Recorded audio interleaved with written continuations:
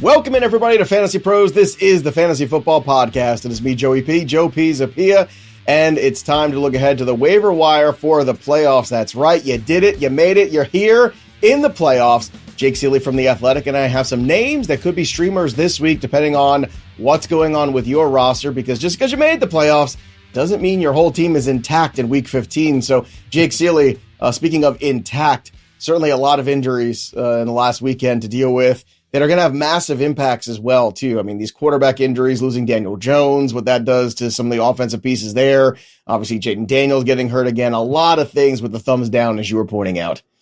Yeah, the Daniel Jones one is probably the worst, which is crazy to think that preseason would be sitting here being like, man, it's going to really suck if we lose Daniel Jones right before the fantasy playoffs. And yet that's what we're saying, because it's a big thumbs down for, honestly, Pittman was the only one that benefited from that. Like the target share went up. So Pittman might be okay, but you have to worry about Alex Pierce and it sounded like I said Alex. You did sound like you said Alex. I can feel the it's YouTube comments now. This guy writes for The Athletic and he doesn't know it's Alec and not Alex. How dare you? Oh, no. I was waiting for the YouTube comments to come for the hat. Like, your stupid school bailed out. Like, no, good for them. I stand with them. Is it? They did the Irish goodbye, the Notre Dame fight. Oh, that's actually a good call. See what I did there? I can't believe nobody said that. Am I the first person to say that? I feel like I am. He's the first person that I think I've seen say it. Well, and I've been reading a lot on them. So, yeah. It's the Irish goodbye. See it when they just dipped the out. other one, college playoffs. We won't have in the waivers. But because it sounds like everybody kept saying like he would have come back in the game if the blowout wasn't in hand.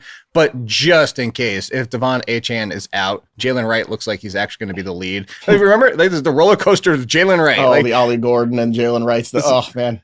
I've been hedging Devon Achane stuff for 2 years now, and none of it's worked out. None of it. Well, so if he's out, it looks like Jalen Wright's the lead, and Ollie Gordon will probably be the goal line option, which is what we kind of thought that would happen anyway. And now we're actually to where that would happen, but it might not matter because Achane might be fine anyway. All right, well, let's get to some other names here, not on the Dolphins here. Let's start with Jayden Reed, who was activated this past Sunday, I should say, and finally after dealing with that collarbone injury. So what effect could Reed have going down the stretch in the playoffs? Yeah, I thought this was interesting, that under 50% on Sleeper, 41% on Yahoo, where I guess not everybody has IR spots and wasn't able to stash them all year long. So this is kind of more for, one, if he's out there, but two, also if you had been waiting, if you did stash him, if you did keep him on your bench and didn't start him in his first game back. Reed was right back out there as the slot option, and he was on the heels of Romeo Doubs in snap count and routes, which that's the excitement here, because Romeo Doubs has basically been a non-factor for most of the second half of the season, if not a little bit longer. He had that one good game, but outside of that, nothing there. And Christian Watson still looks great, which is good for that. As we told everybody, I say we, I'm including you, is like, don't worry about Christian Watson. It's finally happening. Jayden Reed, and I said this on our show, I say our show now, the Fantasy Pro show on Thursday with Fitz, I said, don't worry about Jayden Reed coming back. He's not going to hurt Christian Watson, because what did he do? He's filling the Tucker Kraft void. And that's where it comes in, is that slot option, middle of the field, those opportunities that Kraft left and nobody has been really able to duplicate, is that's what Reed will be. So if you had Reed, or if you need to pick him up, I'd immediately throw him back in as a wide receiver 3 starting next week. All right, next up here, number 2 on our list, has to do with the Dallas Cowboys, too. So if, again, CeeDee Lamb played on a Thursday, so there is a little extra time to clear concussion protocol, but typically when someone's in concussion protocol, they don't play the next week, so it's going to be very dicey. However, the Cowboys need him. Everybody knows that the fantasy managers need him, too. But if he is out, who benefits besides George Pickens? It's going to be Ryan Flournoy, as it happened in that game and has been most of the season. The next one up for everybody that wanted all the other options like Turpin and Tolbert and everything. It's clear from them. It's been Flournoy. So if there is no CeeDee Lamb, Flournoy steps up.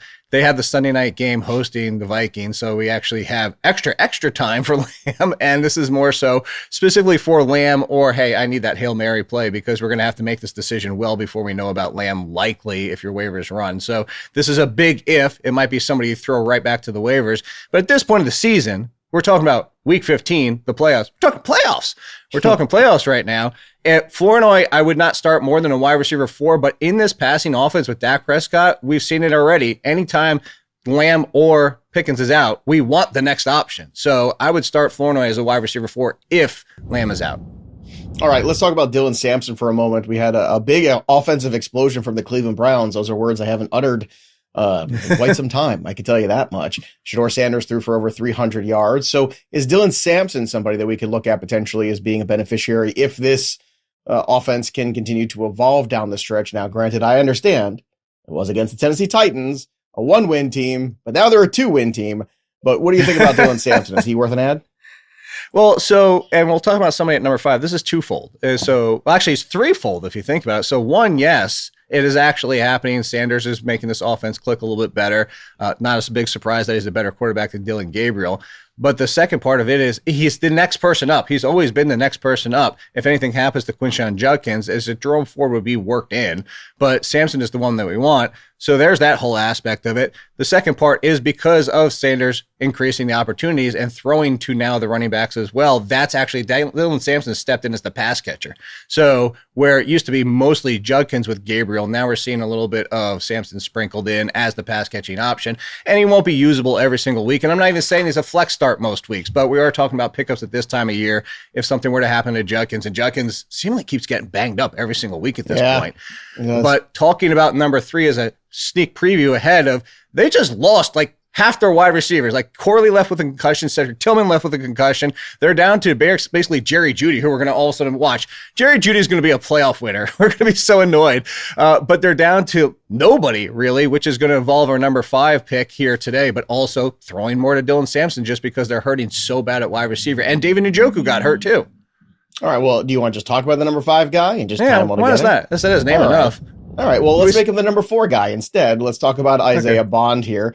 Obviously, I just kind of set everything up there with the Cleveland Browns offense starting to show some signs of life and look like maybe Shedeur Sanders getting comfortable. Of course, not comfortable enough to be left in when you need a 2-point conversion. I mean, why would you want to leave the quarterback in a situation where he's thrown for 300 yards against the Tennessee Titans? If he pitched it, it would have worked. It would have worked. Theoretically. All right, let's talk about Isaiah Bond, the speedster out of Texas, who went undrafted because of some issues, obviously. But then, of course, Cleveland Browns say, if you've got problems, you come here. We're the Cleveland Browns. We love all the problem children. But look, there's no denying the talent that this guy has and the explosiveness. Can that explosiveness be a fantasy benefit for us in the playoffs, though? I thought you were going to keep going. I thought you were going to be like, we feel bad for you, son. You got 99 problems, and our team is well, the Browns have 99 problems. That's what I'm saying. The team is one of us. The real appeal here is we saw Isaiah Bond was kind of sprinkled in earlier this year, and we were talking about it. I think we actually brought him up on this show a few weeks ago as, hey, stash him just in case it's starting to happen, just in case he's starting to come in for the number 2 spot alongside Jeudy or even with Tillman or whatever it might be. But now the opportunity is there because there's not really many options left, as I just said. And Isaiah Bonds had the talent. There was a lot, including myself, and I know, I think it was either Bogman or Debro, I forget, one of the two I know agreed with me and said that he was the better Texas wide receiver than Matthew Golden. But all that being said, the talent is there. And now the opportunity is. And if you look at it, they're facing Chicago on the road this week. Chicago's extremely vulnerable. Look at what Jayden Reed and the rest just did. And then they get Buffalo, which isn't the best, but at home, if you get maybe a shootout, but then also Pittsburgh to finish things off. And all I'm presenting that to say is that there's a chance Isaiah Bond, like many of these, could end up being a wide receiver 4 if he grabs that number 2 role and doesn't let go when Tillman and the rest come back. All right. He was the number 4. Now he's number 5. Jack Bech, the last guy we're going to talk about here on Jake's list. That's all right, Jack. No lesser. The Raiders obviously have clear problems, and Geno Smith's health is also now in question. So talk to me about Jack Bech here, what you think makes him worthy of a pickup this week.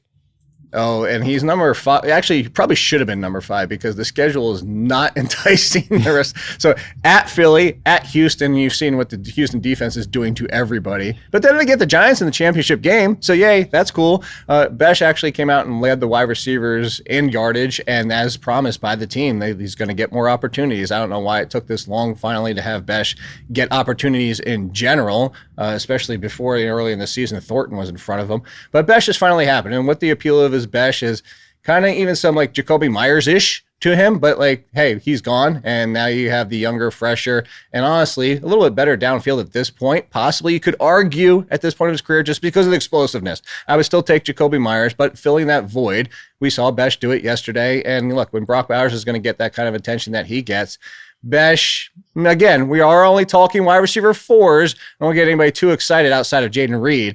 but at Philly, at Houston, doesn't look super enticing. But you're telling me that you wouldn't think about it against Houston if Bech went out and put up 80 and a touchdown against Philly next week? I think he'd at least be in the conversation to say, you know what, maybe he can overcome the Houston Texans matchup. Again, fearsome, but hey, the Giants in week 17, that's the best part about it. Well, look, at this point in the season, too, it's also about picking up players so other teams can't have them. So think about some of these That is a really good point. Where it's not just about guys that can help your roster, but looking at some of the injuries on the rosters of teams you're going to be playing in the playoffs. Could this player help them? If so, I've got fab to spend and I've got bench spots that are open. Why not play a little blockage there? Any other bonus guys that are coming around your waiver wire this week? Oh, so speaking of that, I mean, there's two right there. If you have somebody where the waivers are picked pretty thin at quarterback and play block with quarterback, I was in a league, you know this, Joe, I was in a league years and years and years ago where I didn't do the smart thing. And I was like, hey, you know what? I forget who the quarterback was. I was like, I have a top 2 option. I don't need to worry about it. And then the top 2 option got hurt. And you know who was left on waivers for me to pick from? 2 quarterbacks, one of them being Johnny Manziel. And I did not win that playoff game because I had to go with Johnny. Yeah, shocking.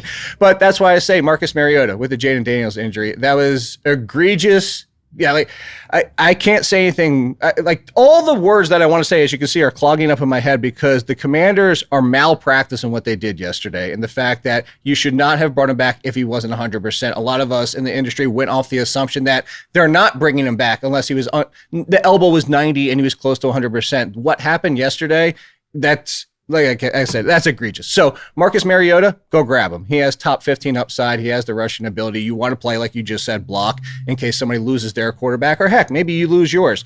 And then with the Ravens backfield, not only had they lost Justice Hill already, they just lost Keaton Mitchell yesterday. And it could be, we don't know, but it could be the rest of the season. Rasheen Ali had been sprinkling in with Mitchell behind him. And now, if anything were to happen to Derrick Henry, hopefully not, it is December and winter is here for him.